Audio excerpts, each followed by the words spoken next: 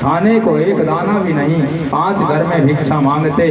कभी कभी ऐसा होता 5 घर में मिल जाता, और कभी कभी ऐसा होता कि 1 2 3 घर में मिल जाता, और घर तो बंद ही रह जाते, लेकिन छठवें घर में कभी नहीं जाते। कभी कभी तो ऐसा हो जाता था कि 5 घर में जाते, लेकिन कहीं कुछ नहीं मिलता तो जंगल में चले जाते, फल फूल ले आते, फल फूल भी नहीं मिलता तो पत्ते बीन कर ले आते। कभी कभी पतझड़ के समय पत्ता भी ना मिलता तो जल पी करके ही कई दिन निकाल देते। लेकिन बेटे भी तो 5 थे। एक पत्नी पतिव्रता नारी, पतिव्रता पतिम प्राह मलायता वदनेन सा। नाम था सुशीला। पति के चरणों में अनुरक्त रहने वाली, शरीर में कपड़े फटे हैं, साड़ी फटी है, लेकिन वैरागी पति से कभी एक साड़ी की भी मांग नहीं करते। लेकिन आदमी शुक्राचार्य ने इनको दरिद्र कहा। दरिद्रा सीध मानसा वे पैमाना विगम्य जा। दरिद्र मन में दरिद्रता है। क्यों? आदरणीय शुक्राचार्य कहते हैं मेरी दृष्टि में दरिद्र वो है जिसके जीवन में बहुत कुछ परमात्मा ने दे रखा है, फिर भी दिन रात परेशान रहता है, धन के लिए, कामना के लिए दिन रात लगा रहता है। जिसके मन में बिल्कुल संतोष नहीं है वो दरिद्र है। दरिद्रो यस्तु संतुष्टो कृपणो योजितेन्द्रिय। मगर सुदामा जी महाराज बिल्कुल प्रसन्न रहते। उनकी पत्नी को दरिद्र कहा।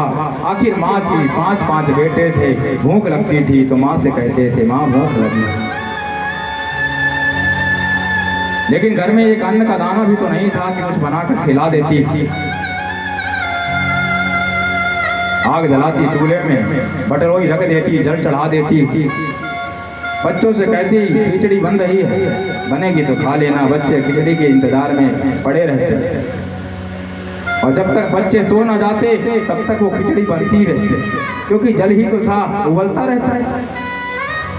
माँ थी, बच्चों को कैसे कह देती घर में कुछ नहीं है। भूखे बच्चे सो जाते थे। ये कामना माँ के मन में रहती थी कि ईश्वर इतना तो दे कि मेरे बच्चे भूखे ना रहे। लेकिन प्रशांत आत्मा सुदामा जी महाराज के मन में तो बिल्कुल लालसा है। कभी किसी से कुछ नहीं मांगते थे। पुराण कहता है कभी किसी से मत मांगो, क्योंकि मांगने से व्यक्ति छोटा हो जाता है। कृष्णे कृष्णे विधे शक्ति दृष्ट्वान्त्यस्य का गतिः त्रैलोक्य व्यापयद रूपम तत्त्वया वामनीकृता।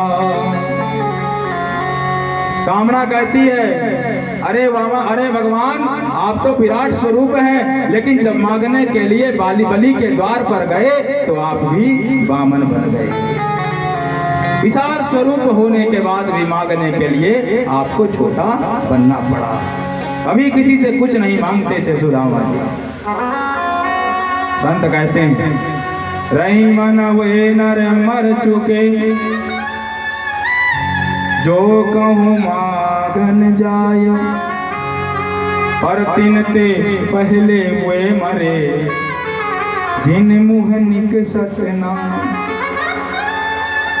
संत कहते हैं वो मनुष्य तो पहले ही मर गया जो किसी के द्वार पे कुछ मांगने जाता है, लेकिन मांगने गए हुए एक भिखारी को जो व्यक्ति कभी कुछ देता नहीं, मांगने वाला तो वैसे ही मरा है, मरकर ही गया है, लेकिन जो नहीं देता मांगने के बाद, तिनते पहले हुए मरे जिन मुँह सत ना, उनसे पहले वो मर गया जो धन पर्याप्त होने के बाद भी एक मुट्ठी चावल का दान नहीं करता।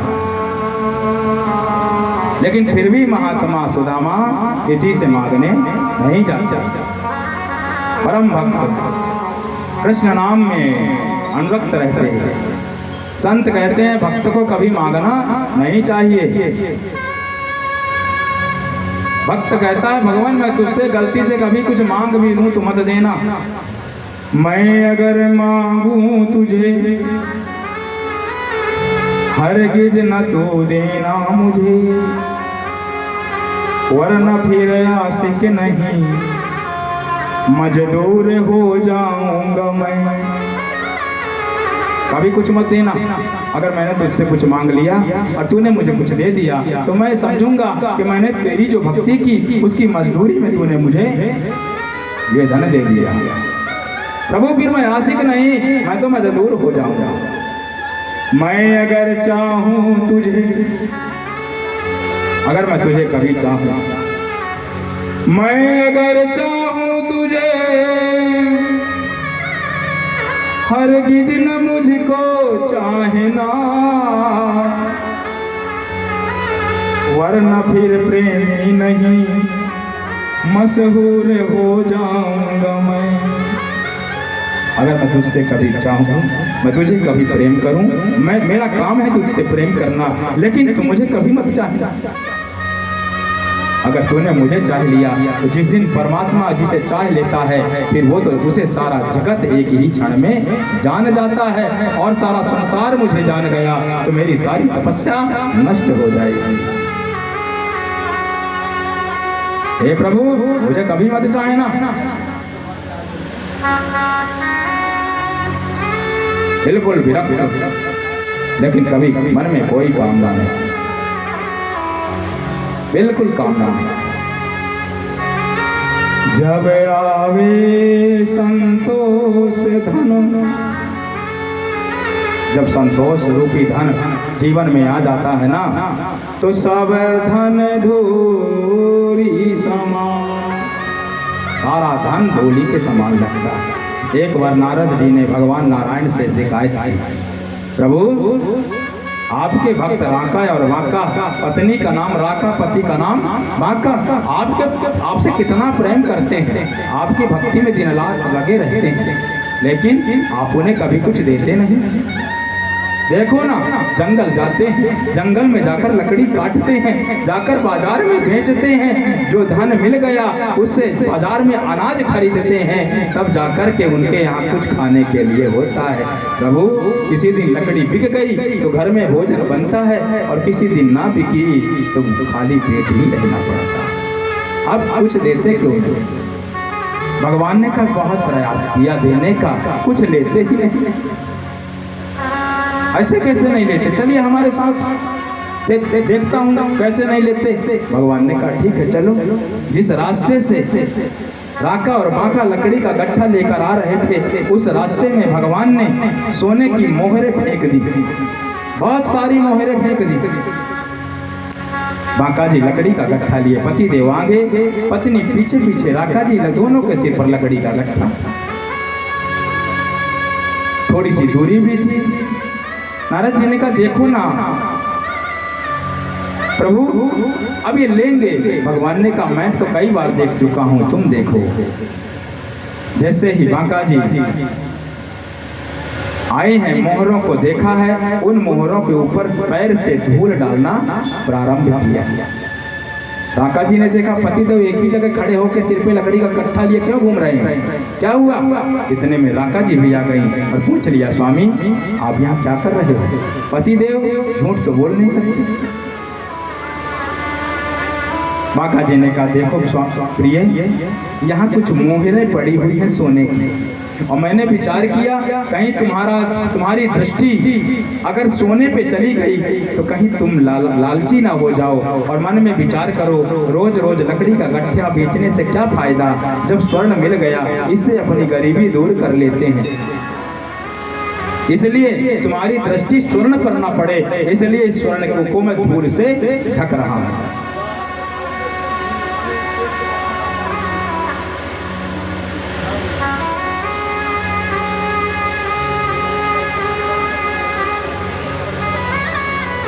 साउंड बनाओ यार थोड़ा, 7 दिन हो गए आपका साउंड नहीं बन पाया अभी तक, रोज साउंड की शिकायत।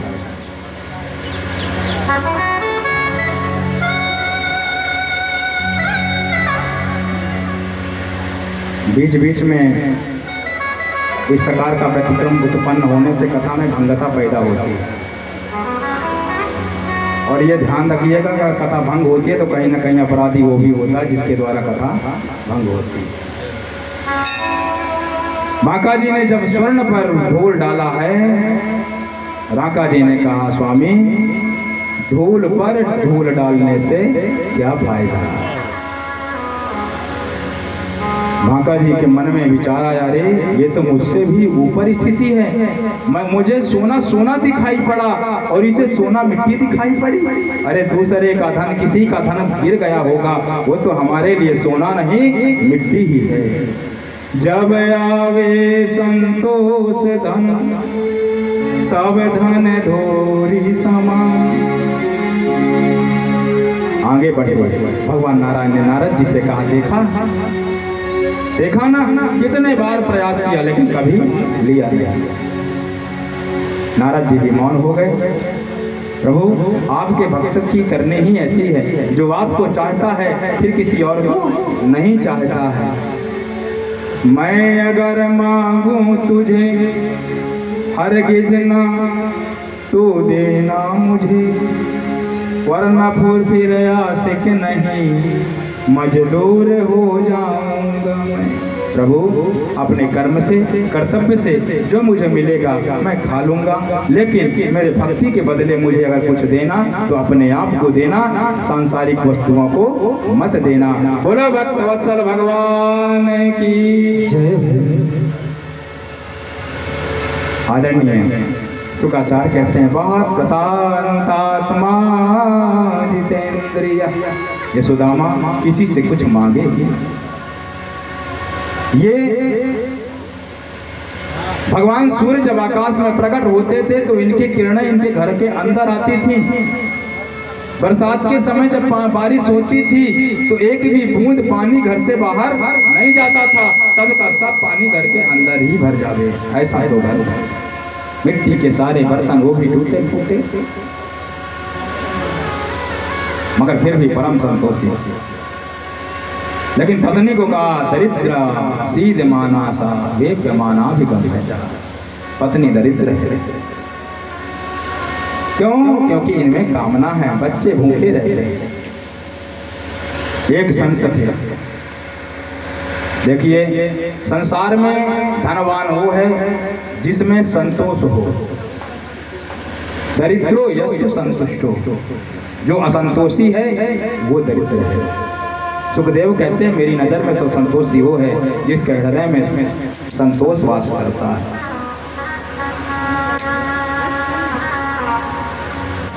एक संत को कौड़ी मिली, कौड़ी को अपने कमंडल पे रख लिया। शिष्य ने पूछा, महाराज आपने कौड़ी का संग्रह क्यों किया? महात्मा ने कहा, कोई दरिद्र मिल जाएगा तो दे दूंगा। एक दिन आवाज सुनाई थी, हट जाओ हट जाओ, राजा आ रहा है, सवारी आ रही है, सब लोग हट जाओ। महात्मा बीच रास्ते पे बैठ गए। संत को देखकर राजा की सवारी रुक गई। सेवकों ने पूछा, महाराज राजा की सवारी है, आप रास्ता दे दीजिए, राजा को जाना है। नहीं हटे, परिचय पूछा, बोले आप कौन है? बोले हम भी महाराज हैं। हम भी महाराज हैं। सेवकों ने जाकर बताया, महाराज किसी देश का राजा रास्ते में बैठा है, रास्ता छोड़ नहीं रहा है। राजा ने कहा, कौन सा राजा हो सकता है? सो वो अपने रथ से उतर करके आए। संत को देखा, संत के चरणों में बैठ गए। बड़ा भगवत प्रेमी था, संत के चरणों में बैठकर बोला, महाराज हमको जाने दीजिए। संत ने पूछा, कहाँ जाओगे? बोले हम अमुक देश पर चढ़ाई करेंगे। संत ने पूछा, चढ़ाई करके क्या करोगे? बोले वहाँ युद्ध करेंगे, हमने उसको पहले संकेत दिया था, हमारी शरण में आ जाओ, नहीं आया, अब हम उससे युद्ध करेंगे, उसको पराजित करेंगे, नहीं माना उसका वध करेंगे, फिर उसके कोष को अपने कोष में मिला लेंगे। भगवान ने, संत ने कहा, तो उसको कोष में मिला के क्या करेगा? बोले उसके बाद हम आराम करेंगे। संत ने कहा, तुझे आराम मिलेगा? इसकी क्या गारंटी है कि उस राज्य को जीत लेने के बाद तुझे आराम मिलेगा? कमंडल से कौड़ी निकाली और वो कौड़ी राजा के हाथ में दे दी। राजन, तुझसे बड़ा दरिद्र मैंने अपने जीवन में नहीं देखा। सैकड़ों राज्यों का राजा होने के बाद, आधी धरती का आधिपत्य पाने के बाद भी तेरे मन में इतनी बड़ी कामना? युद्ध के लिए जा रहा है, कितना नरसंहार होगा, कितनी बेटियां विधवा होंगी, इसका तुझे कोई अफसोस नहीं। मैंने तेरे बराबर दरिद्र अपने जीवन में नहीं देखा। ले अपने कोष में मेरे द्वारा एक कौड़ी भी जमा कर लेना। राजा ने पूछा, महाराज क्षमा करना, पर मैं अपनी बात आपकी भाषा को समझ नहीं पाया। संत ने फिर पुनः पूछना प्रारंभ किया, एक बात बता, तेरे अगर तू जंगल में गया है और जंगल में जाने के बाद तुझे प्यास लगी तो तू क्या करेगा? बोले सरोवर ढूंढूंगा। बोले सरोवर नहीं मिला तो क्या करेगा? तो बोले किसी का घर ढूंढूंगा। बोले जंगल में किसी का घर होता है मूर्ख। बोले संत का आश्रम ढूंढूंगा। बोले मान ले उस आश्रम में मेरा ही आश्रम होगा तब क्या करेगा? बोले आपसे जल मांगूंगा। बोले मुझसे जल मांगेगा, मैं तुझे जल नहीं दूंगा तो क्या करेगा? छीनेगा। बोले नहीं महाराज, आप संतों से हम जबरदस्ती कैसे कर सकते हैं? आपके श्राप का भय है, आप हमें नष्ट कर सकते हैं, हम आपसे आग्रह करेंगे जल का। संत ने कहा नहीं दूंगा तो क्या करोगे? बोले महाराज मैं आपको अपने प्राण बचाने के लिए आधा राज्य दे दूंगा। बोले आधा राज्य पाने के बाद भी अगर मैंने तुझे जल नहीं दिया तो क्या करेगा? बोले पूरा राज्य दे दूंगा, मगर अपने प्राण की रक्षा करूंगा। अगर मेरे प्राण बचे रहेंगे तो राज्य पुनः फिर से पालूंगा, लेकिन प्राण ही चले गए प्यास के मारे तो राज्य और धन दौलत का मैं क्या करूंगा? संत ने कहा मान ले तेरा सारा राज्य पाने के बाद ही मैंने जल नहीं दिया तो क्या करेगा? बोले महाराज मैं अपने आप को आपको दे दूंगा, आपका सेवक बन जाऊंगा, लेकिन आपसे जल मांगूंगा, इसी प्रकार से आपसे जल लेकर अपने प्राणों की रक्षा करूंगा। संत ने कहा राजन, तेरे और तेरे राज्य की मात्र इतनी ही क्षमता, एक लोटे जल में डूब जाएगा तू? एक लोटे जल में तू अपना सारा राज्य दे देगा? अरे जिस राज्य की बराबरी एक बूंद जल की भी बराबरी नहीं कर सकता, उसके लिए तू इतना मारकाट क्यों करता?